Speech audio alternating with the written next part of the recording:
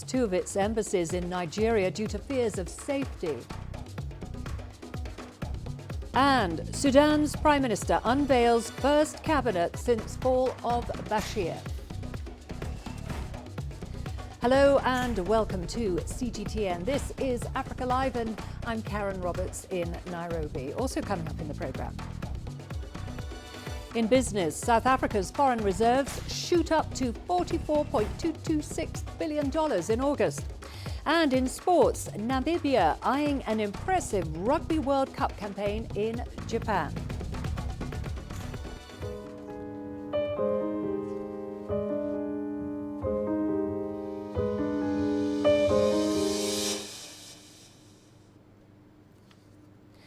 Zimbabwe and Africa are in mourning with the news of former Zimbabwean President Robert Mugabe's death. Mugabe died early on Friday while receiving hospital treatment in Singapore. Reports say that he'd been there since April. No further details were immediately available about the circumstances of his death. His successor, Emmerson Mnangagwa, has hailed the 95-year-old as an icon for liberation, a Pan-Africanist who dedicated his life to the empowerment of his people. The former leader came into power in 1980 and ruled for 37 years. He was ousted in a military coup in November 2017 following mass protests against him. Well, for more on this, we are now joined by CGTN's Farai Mwakatuya, who is in Harare for us, and Miro Lu, who is in Singapore. Let's start with you, Miro Lu. Mugabe died in a Singapore hospital where he was being treated. Can you give us more details on that?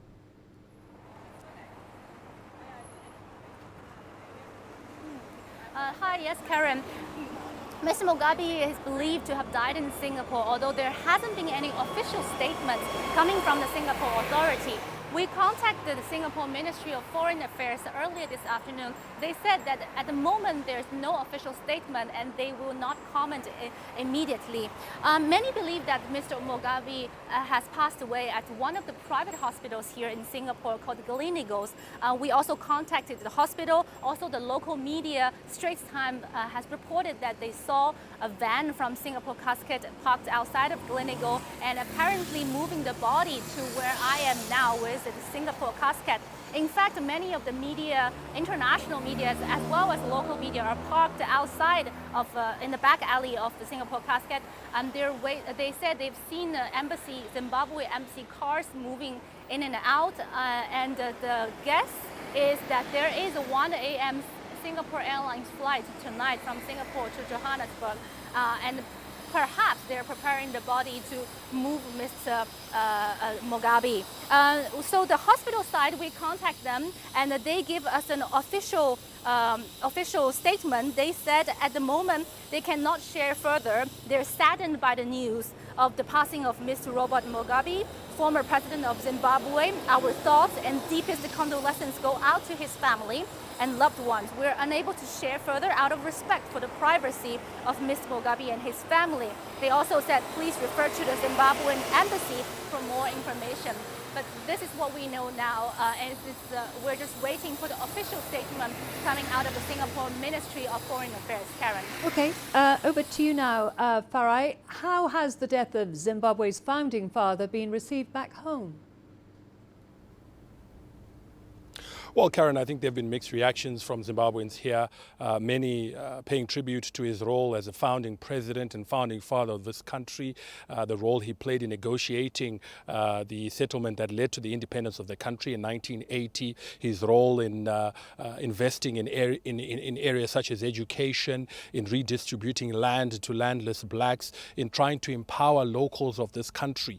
Across the African continent, I think many will know him and recognize him as one of the courageous voices that stood up to the West, that agitated for African self-determination, for resources in Africa to benefit Africa and to help Africa. So in many ways, he's revered for that role as an icon, a revolutionary, as you made mention when you introduced the story.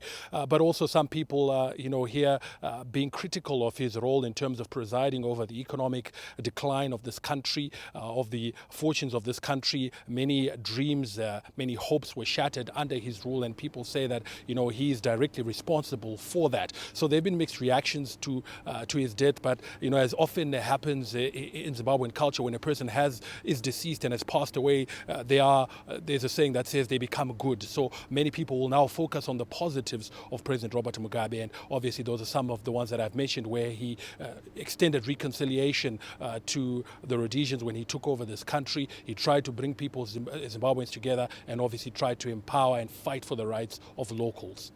And finally, Farai, obviously, as you say, mixed reactions there about Mugabe. What would you say will be his legacy, and what kind of send-off should we expect? Well, I think, what traditionally happens in Zimbabwe for our national heroes or heroes of the Liberation War, they get a huge send-off at the National Heroes Shrine. They get military honor and get a lot of, many Zimbabweans turn out in large numbers to bid them farewell. And we expect, former President Mugabe presided over many of these occasions while he was in power. We expect that he'll be accorded a similar sort of send-off. We know that current President Emmerson Mnangagwa has cut short his trip to the World Economic Forum in South Africa to come back and deal and attend to the death of the former president. And we expect that he will announce or come up with a plan in terms of how the president will be honored, if he will be given that national hero status, the funeral, when it will happen. But I think because of the status that former President Mugabe had on the African continent, we also expect that a number of regional leaders and former leaders, world leaders and former leaders will want to turn up as well and pay their last respects. So we do expect a big send-off, and we expect that details will start to be given out once the current president is back in the country from South Africa. Okay, thank you very much. That was CGTN's Farai Makutuya in Harare, and earlier, of course, we spoke to Mero Liu in Singapore. Well, tributes are pouring in for the former Zimbabwean leader. Many have taken to social media to express their grief, some to criticise and others to honour the fallen statesman. CGTN's Thuli Shabalala takes a look. In East Africa, Kenyan President Uhuru Kenyatta has conveyed his deepest sympathies and condolences to the government and people of Zimbabwe. Tanzanian President Magufuli writes that Africa has lost a hero, a brave Pan-Africanist who didn't cower in silence against colonialism. South Africa's ruling party, the African National Congress, says it mourns the passing of a friend, statesman, and a revolutionary comrade. This user has criticized Mugabe over his leadership during his final years in power, while another celebrates him for being a vocal advocate of African unity and championing self-reliance. Some will remember Mugabe as a liberator, and some will call him an oppressor. But however you viewed him, a lion has bowed down. Thuli Shabalala, CGTN. CGTN's Jane Keogh now takes us through the highs and the lows of the founding father of Zimbabwe. Let's now take a look. A brilliant mind, a ruthless politician, and a way with words that made the whole world listen. Neither Bush nor Blair can bring about regime change here. Never. We'll never accept it. However much the years aged Robert Mugabe, the sheer power of his character and will never faded. And whatever his critics may say, for this day alone, Zimbabwe's independence, Mugabe earned his right to be counted among the icons of Africa's liberation era. This is a great moment. It's a moment of our victory, the culmination of our national struggle. Born in 1924, Robert Gabriel Mugabe looked destined for life in the classroom, but his education brought a taste for the principles of basic human rights and revolutionary fervor, and he became a key character in the fight against white rule. Once that fight was won, Mugabe offered peace with some honor to the white minority and pursued policies that won him global acclaim, even a knighthood. Land reform was always going to be difficult, and when Mugabe pursued a far more aggressive approach to redistributing land, former supporters outside Zimbabwe turned on him. Decision. Mugabe remained defiant. The issue of our sovereignty, the issue of our land is not negotiable. Our resources, let those who come negotiate with us to participate in our resources. But our gold is ours. Our platinum belongs to us. Our diamonds are ours. They are not American, they are not British. But the economy collapsed in those dark years, staging a recovery only after regional leaders forced Mugabe to form a government of national unity in 2008. Africa's former breadbasket even now remains a shadow of what it had been, forced in recent years to import to stave off a food crisis. Mugabe's popularity at home remained undiminished. For many, his message was just as compelling as it had been during the struggle. There will never be a regime change here. There will always be the people of Zimbabwe in control. He swept to a convincing election victory in 2013. He led the African Union through 2015. And in 2016, Mugabe's then ruling party endorsed him to run in the 2018 elections. ZANU-PF thought he would go on and on. Mugabe himself frequently joked of his longevity, even as the cameras plainly depicted a man nearing the end of his journey. At this age, I still can go some distance, can't I? Mugabe's death deprived Zimbabwe of its founding father and one of the continent's champions. Jane Keo, CGTN. Well, let's get you more on this. We are now joined by Gideon Chitanga. He's a regional analyst with PESA, a political economic think tank in South Africa. Thank you very much for joining us. How do you think Mugabe will be remembered by ordinary Zimbabweans?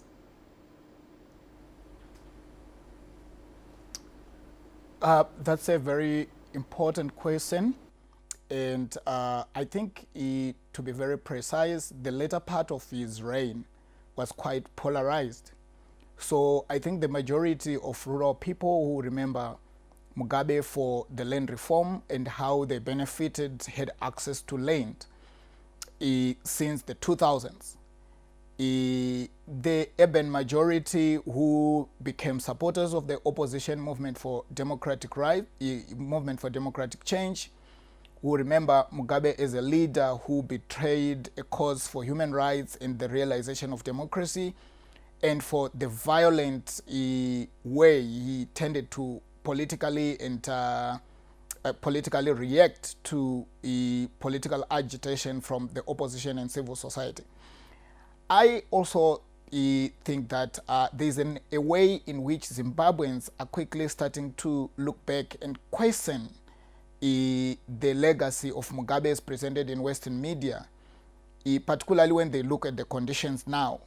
They are like, was Mugabe bad? Was he the worst enemy of progress? Was he the architecture of all the violations they suffered during his reign?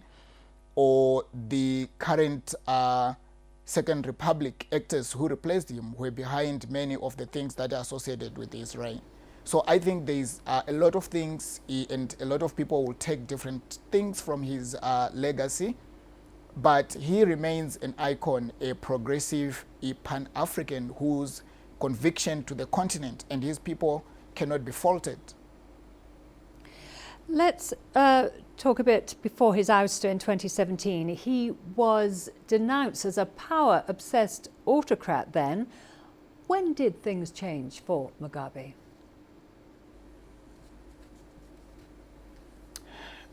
So this is again a very important question. It requires more time than we have to unpack all of it and to give a context within which Mugabe changed, and he changed so many times like any human being. But I think that the key problem came with his desire to hold on to power and failing to pave way to a new generation of leaders, which would have allowed him to share a lot of the wisdom that he manifested, and now it appears as quite residually relevant to the socio-economic challenges that Zimbabwe faces. So I think that By 1990, after getting in power in 1980, by 1990 he had consolidated power and he was at the peak of his power, controlling all levels of power within the state and the ruling ZANU-PF party. And if he had wanted maybe to go up to 2000, and if he had stepped out gracefully then, I think that things would have been different, because his image takes a totally different course. Paradoxically, getting him to be portrayed as an autocrat, a dictator, a power-hungry monger, because of his repression of the opposition MDC, at the same time, his shift towards radical nationalist policies, and particularly advocates over land reform. And I think another key issue at that moment, advocating for a look-east policy, which saw Zimbabwe looking up to China for financial developmental support, when it was not yet fashionable for other countries to celebrate their relationship with China. So that part consolidated a narrative from the West, which portrayed Mugabe as violent, as bloodthirsty, as an enemy of democracy and human rights. Mugabe was vilified in the West, but in Africa, he was seen by many as a liberation hero, admired beyond Zimbabwe's borders. How would you describe Mugabe? What will his legacy be? As you say, he is a controversial person. He was a controversial person and seen in many lights. You see, outside the idea of his controversy, if you look at the challenges and the contradictions a lot of African countries are facing today, particularly in Southern Africa, historical structural injustices pervade the aspirations of blacks towards socio-economic progress. Last week, South Africa was dealing with the issue of xenophobia. And in a way, this is rooted in the marginalization of blacks during the colonial era, and the failure of post-colonial political pacts to deliver in terms of providing economic and social needs of blacks. In that context, since 2000, Mugabe sort of ditches neoliberal politics, at a policy level goes radical leftist. In terms of rhetoric, he advocates for historical structural justice in terms of empowering indigenous Zimbabweans, and such a narrative then is extended to the empowerment of Africans. That on its own resonates across the African continent with people who identify themselves as African progressives, but also peasants who are marginalized, who do not have land, who do not have access to means of production, who find themselves deprived of water, of food, of education, and they look up to his arguments as expressing some of their discontent. And at a political level, they also see that some of their leaders may not publicly say the things that Mugabe roughly and diplomatically expressed, but in private, they sympathize with them. So if you were to ask me today, I would say that a big message from Mugabe, minus its excesses, is his articulation of the land reform. And particularly for Southern Africa, I think that it's important for anyone, including investors, to critically engage with this question, because it's crucial for peace and stability and prosperity in Southern Africa. So he might have gone wrong on the method to address this issue, and it is incumbent on his peers, on progressive Africans, on investors in Africa, on multilateral institutions, on partners for African development, to seriously engage with this issue and start to facilitate agriculture as one of the means through which lives of the ordinary people could be uplifted. The second thing is just his intellectually exciting ability to engage, and a lot of emerging young intellectuals who I think write a lot of PhDs, master's theses on the ideas he represented, on his robust arguments, or they would probably want to shed more light on how and why his convictions were so deep, and surely a seriously contradictory figure as well. Okay, and of course he did start his career as a teacher. That was Gideon Chitanga. Thank you very much he is a regional analyst with PESA. That's a political and economic think tank in South Africa. Well, here are some more reaction on Mugabe's death from South Africa. And he did well, and because everything was so fine, even though most people were not happy about his presidency. But at least he did try, because most of the things, Zimbabwe was not a loose country, and not everything there was easy for everyone just to do as they please. But he did a lot for the country. Yeah, I'm from Nigeria, and there's a big uprising in Africa of Africans getting arrested, and Mugabe is a part of our history. Mugabe told us that we own the land and we must keep it. It is ours. You know, he said Tony Blair can keep their land and they should let us keep our land too. He didn't lay claims to any European land.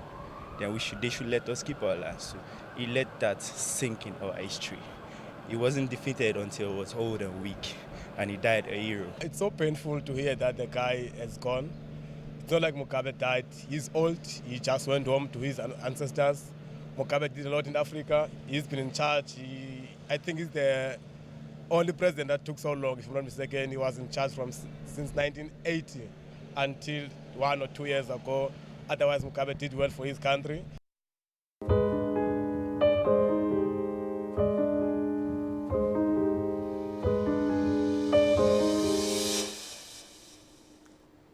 We are going to a short break now. Don't go away. Lots more to come, including Sudan's Prime Minister unveils first cabinet since fall of Bashir. And China and the AU working to forge closer partnership on the continent's food safety.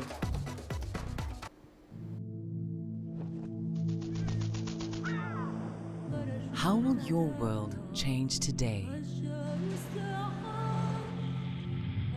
What happens here? What happens there? Or what you make happen for yourself? If it matters to you, it matters to us too. Your stories are the stories that need to be told. Africa Live. Find your voice.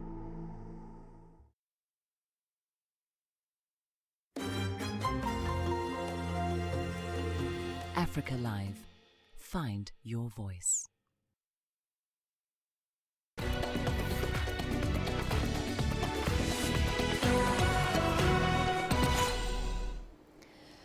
South Africa has temporarily closed its diplomatic missions in Nigeria following reprisal attacks by Nigerians triggered by xenophobic violence in South Africa. Well, between Sunday and Wednesday, mobs looted and destroyed shops, many of them foreign-owned in Johannesburg. Nigeria's government has been outspoken in its condemnation of the violence. Police say the unrest has subsided and more than 420 arrests have been made. Well, speaking in a televised address, South African President Cyril Ramaphosa has condemned the violence and says there was no excuse for the attacks on the homes and businesses of foreign nationals. No amount of anger and frustration and grievance can justify such acts of wanton destruction and criminality.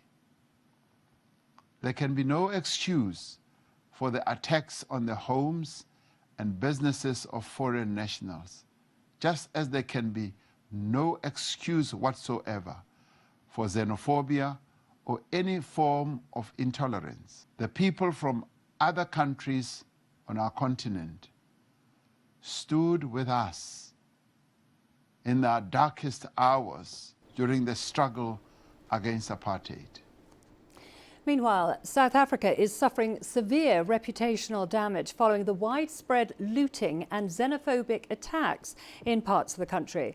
The chaos started just days ahead of the World Economic Forum in Africa, now underway in Cape Town. Several African leaders have boycotted the forum and have called on President Cyril Ramaphosa to take action. CGTN's Sumitra Naidu now reports. The presidents of Rwanda, the Democratic Republic of Congo and Malawi have snubbed the World Economic Forum Africa. South Africa is hosting the gathering, but is showing off its ugly side again. The challenge of a number of our people who are taking the law into their own hands, much as they have certain grievances. And I've said that taking action against people from other nations is not justified and should never be allowed in our beautiful country. South Africa is a home for all. And indeed, we are not the only country that has become a home for people who are fleeing from other nations.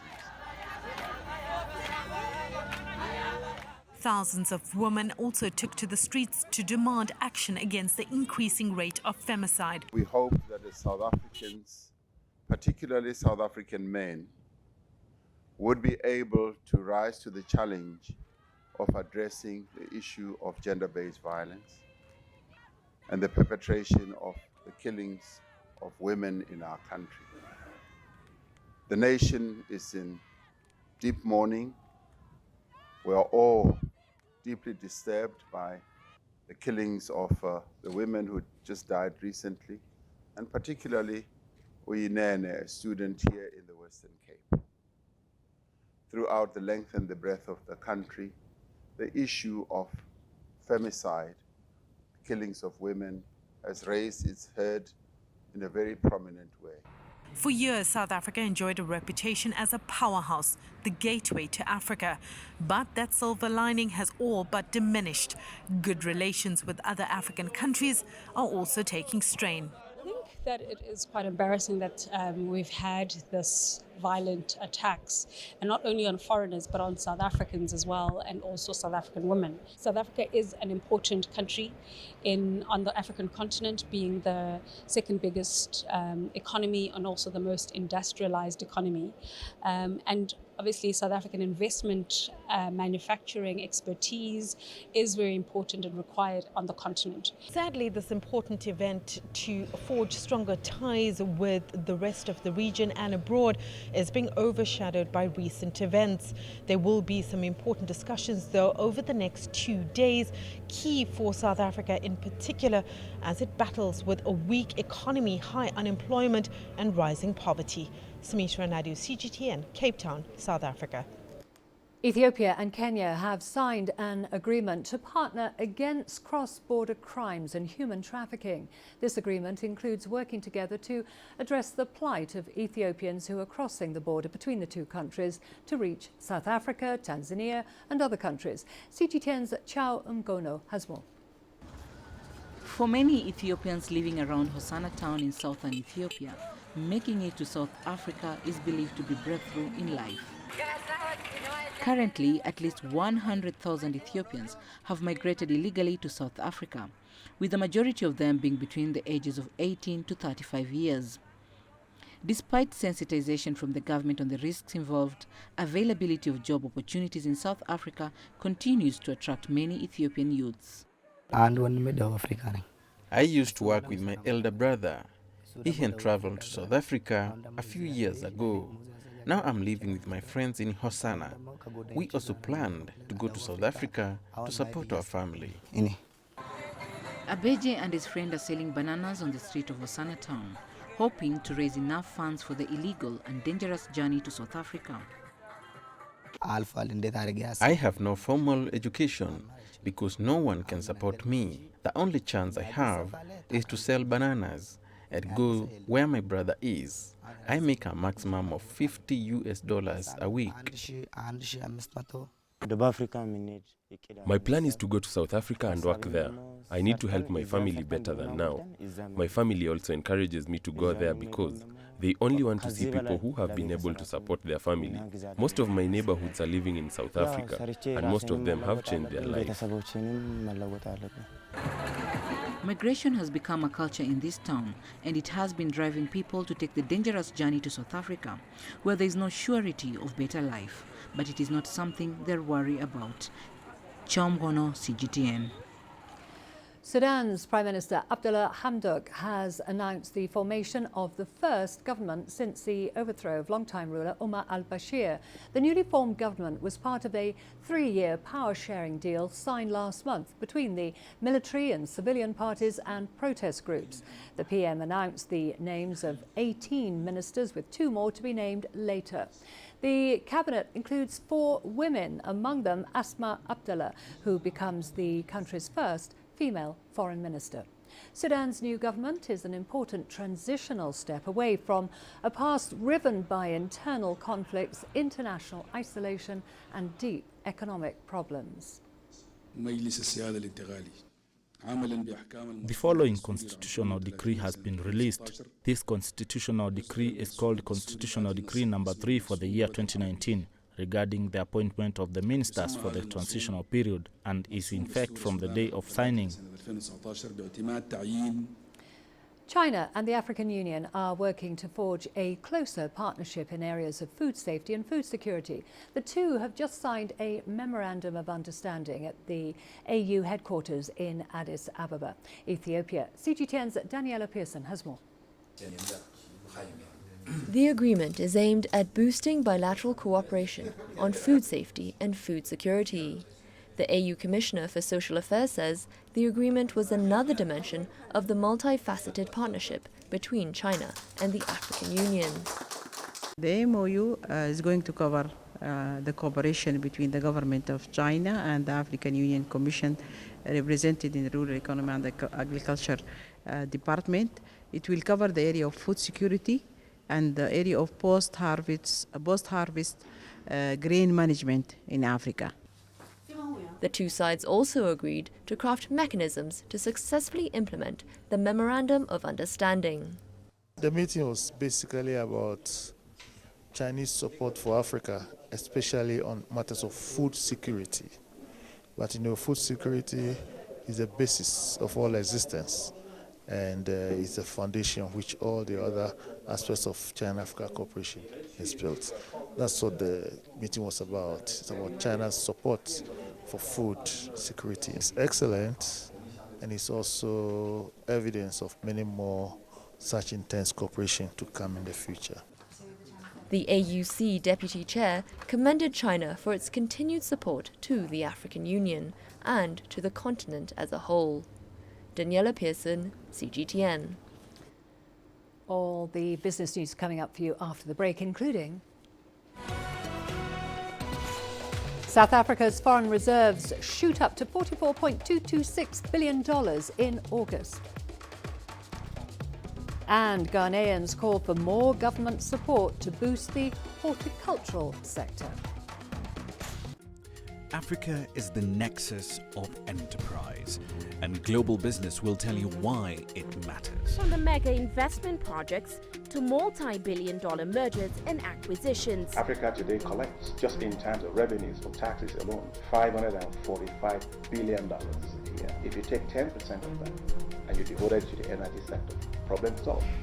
All this on Global Business, weekdays at this time on CGTN.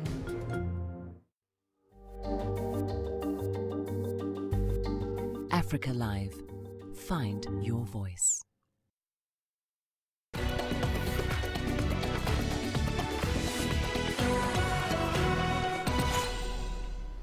The Reserve Bank says South Africa's net foreign reserves have increased to $44.226 billion. That was in August. That's up from $43.906 billion in July.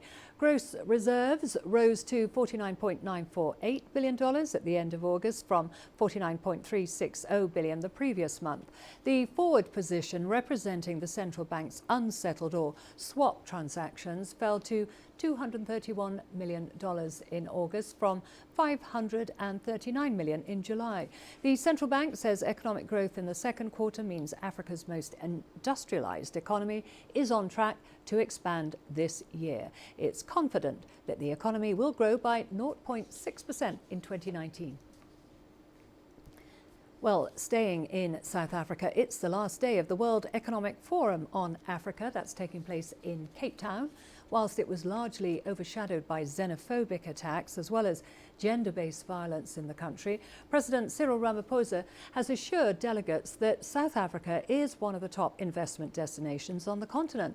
The forum was also a platform to discuss ways of leveraging technology to grow economies, improve health and address inequality. However, getting African nations ready for the fourth industrial revolution is still a challenge. Sumitra Naidu reports now from Cape Town. We're in the midst of the fourth industrial revolution, but not everyone is on board. African countries dealing with structural issues still have some way to go. Efforts to scale education, for women in particular, are lagging. There's a lot to be done. If you look at everything from education, primary to secondary to tertiary to vocational to ongoing, there's a whole value added on the education cycle which needs to be addressed. There's still a full range of opportunities on the regulatory side, policies to make the cross-border, borderless Africa vision a reality. 4IR has the ability to address the continent's massive youth unemployment crisis, but young people don't have the tools, access, or the environment in which they can thrive. Less than half the entire population across Africa has access to basic internet. You have, for example, 54 countries in Africa. Only 23 of them have any form of formal legislation regarding big data. And how can you have a borderless economy, a very large intra-regional e-commerce network in Africa if you can't have a more stable and consistent legal framework? In Africa, I think the fourth industrial revolution allows the country and its citizens to be able to even leapfrog its economic prosperity by applying some of these technologies and tools. I'm an African government person, and I sit in government, and I use 3D printing with the president of Sierra Leone to look at where girls are not in school, and we use that data printed in front of us to look at the spikes and figure out how we do distribution of school buses. Every girl child must learn how to code. The resources are there, they're just not being prioritized. We need to liberalize our universities and encourage private sector to go do the research with 4IR to solve our problems at scale, providing a global pipeline of 4IR talent. I think the first world countries are way ahead of us on this one, but I think if we can, as entrepreneurs, we also need to take ownership and upskilling ourselves into learning more about the Internet of Things and how we can use AR and VR to actually leverage off these sort of systems to enhance our businesses. There was some interesting discussion and debate today around the role of governments and business in driving the fourth industrial revolution, and there does seem to be some more urgency coming through around leveraging the technologies that are available and getting people skilled to benefit. Sumitra Naidu, CGTN, Cape Town, South Africa. The horticultural industry in Ghana is doing well, with sale of flowers generating up to $120 million in revenue. Horticulturalists are now calling on the government to invest in the floral industry to help develop this untapped potential. CGTN's Nabil Ahmed Rufai reports now from Accra. Irene Vinokor is selling her homegrown flowers at Accra's Garden and Flower Show. She started growing flowers locally 6 years ago. We grow them and then we want everybody, it should be affordable for everybody to get. And then when you import, it's so expensive that it's not everybody who is able to afford. With these ones, they are already acclimated. You don't have to go and take any special care with it. Over 100 horticulturists are taking part in this year's Garden and Flower Show, seeking to attract customers. University student Elsie Kwal has taken this part-time job selling flowers. She says she's realized there is a huge market for flowers in Ghana. They really purchase it a lot. Some purchase it for their porches, their garden. Some just come to buy it because they want to do a garden. Many of the flowers here are imported. Unlike Kenya, where the floral industry makes over $500 million a year, Contributing to about 1.29% of the country's GDP, Ghana's floral industry is highly untapped. Horticulturists here say they need more training to help them carry out their businesses effectively. Irene Vinoko says she's now looking to start exporting her flowers. We are promoting Ghana, so I hope it's the right thing to do, to buy from us, and then we get a better deal. Organizers of the Garden and Flower Show say a lack of knowledge of the international floral market and limited production facilities make it difficult for horticulturists to grow flowers on a large scale in Ghana. There are jobs in this industry, okay? You can grow roses in Ghana and sell them and make money. People don't even know roses grow in Ghana. You can grow sunflowers, you can make money, because every week there are weddings, funerals, parties, engagements, naming ceremonies. All these things, people need flowers. They also want to form partnerships with government to help grow the floral industry. People are doing it as a hobby. So we are also using this show as a platform to bring together everyone who is into this industry, so that we can properly, identify ourselves, groom ourselves, and when we are to a certain level, we can go to government and go like, we are an association. We have the Flower Growers Association. They're there. We're officially recognized. We want to build this industry. So come in, support us. The government says it's begun training flower growers on modern ways of planting to improve their production.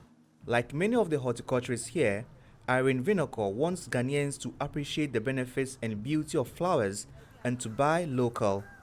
She says this would help boost the industry and the country's economy.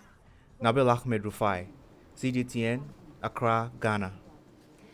3 young Africans are headed to China after they emerged as winners at the 6th Africa Tech Challenge held in Nairobi on Thursday night. Tanzania's Apollo Godwin and Christopher Mbembela, as well as Kenya's Oscar Kimati, acquired the skills to win the challenge during a 5-week program organized by the Chinese company Aviation Industry Corporation of China in conjunction with the Kenya government and other partners. 2 technical teams shared the top prize of a manufacturing contract worth $100,000. The annual challenge underscores AVIC's commitment towards growing technological skills across Africa, drawing support from countries as far afield as Gabon and Côte d'Ivoire. The challenge is expected to grow even bigger, spreading to even more countries and institutions. ATC's aspirations are to give back to Africa, to benefit the young people of Africa, as well as provide African youth with the possibility of change.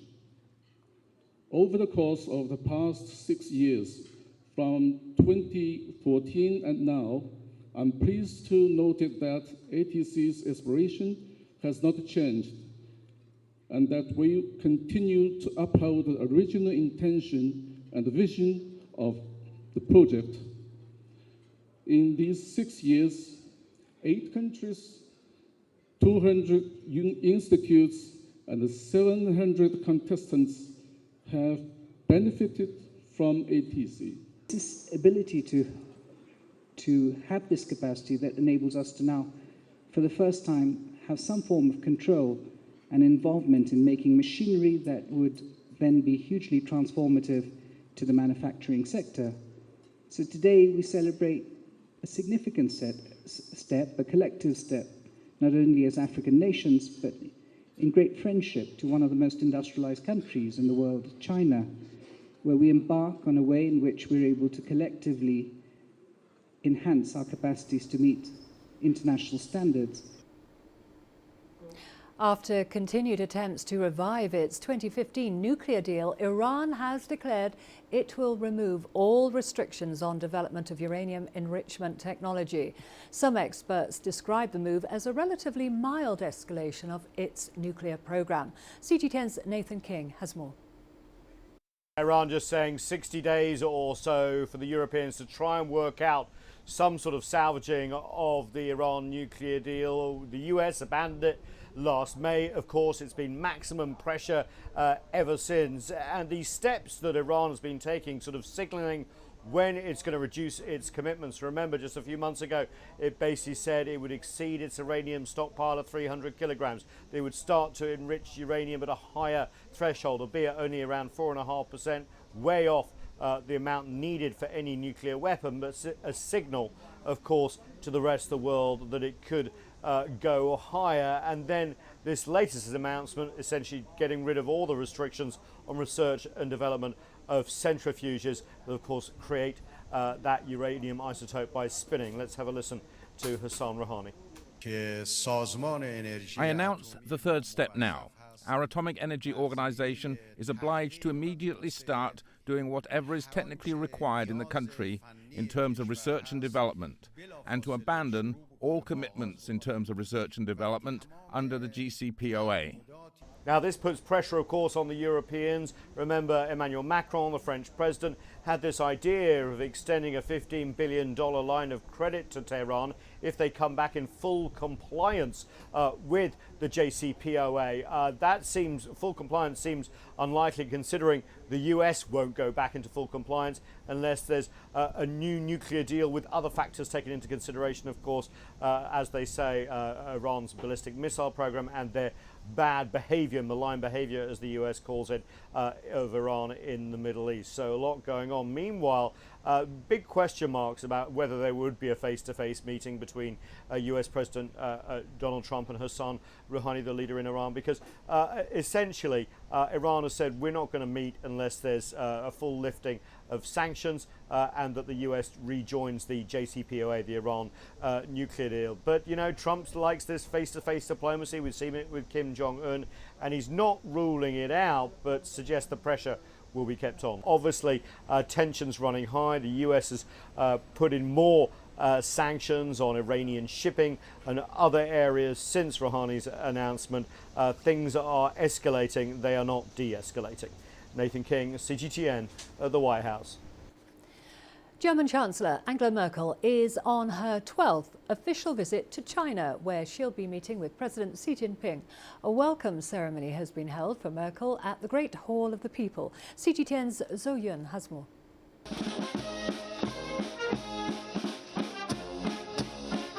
It is Merkel's 12th official trip to China. During her two-day visit, she is expected to meet with President Xi Jinping and attend a meeting of Bilateral Economic Advisory Committee with Premier Li Keqiang. Topping the agenda are economic policy, international issues, as well as bilateral relations. Merkel said that she wanted to build closer ties with China given the complex international environment, while Premier Li said that China would like to work with Germany to sustain multilateralism and free trade. Accompanying her are not only senior officials but also a large business delegation.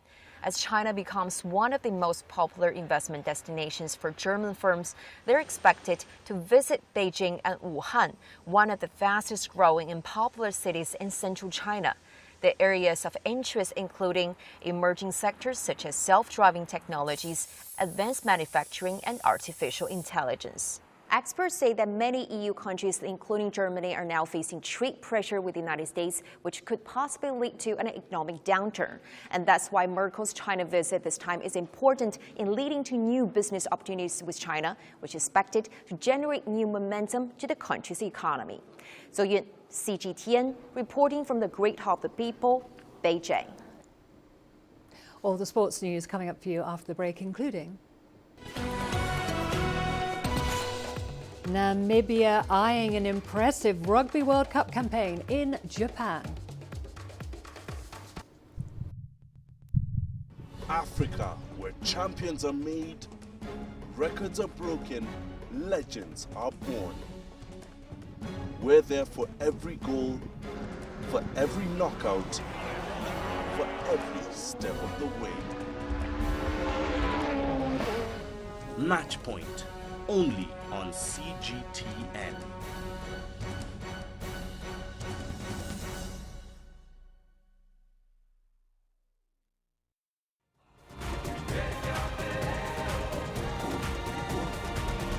Africa Live.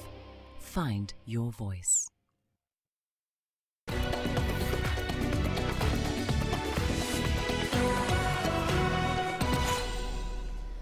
Africa will have 2 representatives at the 9th edition of the Rugby World Cup as Namibia joins South Africa in Japan. The Velvichias are in the same group as the Springboks and are eager to prove that they're becoming a force to be reckoned with in world rugby. CGTN's CS du Plessis has more. The Namibia coach still pinches himself every time he thinks about coaching a national team at the World Cup, and can't wait for his charges to take the field against the likes of Italy, South Africa, New Zealand and Canada in Pool B at the Global Rugby Showpiece. It's just incredible, the people you meet, the opportunity you have as a coach to pit your wits against some of the greatest coaches in the world. In our case, with Rassie Erasmus and Steve Hansen in particular. And then you've got Conor O'Shea with Italy and Kingsley Jones with Canada, of course. And it's just the tournament itself. You know, in England, it was phenomenally organised. And Japan's going to be, you know, incredible for lots of reasons.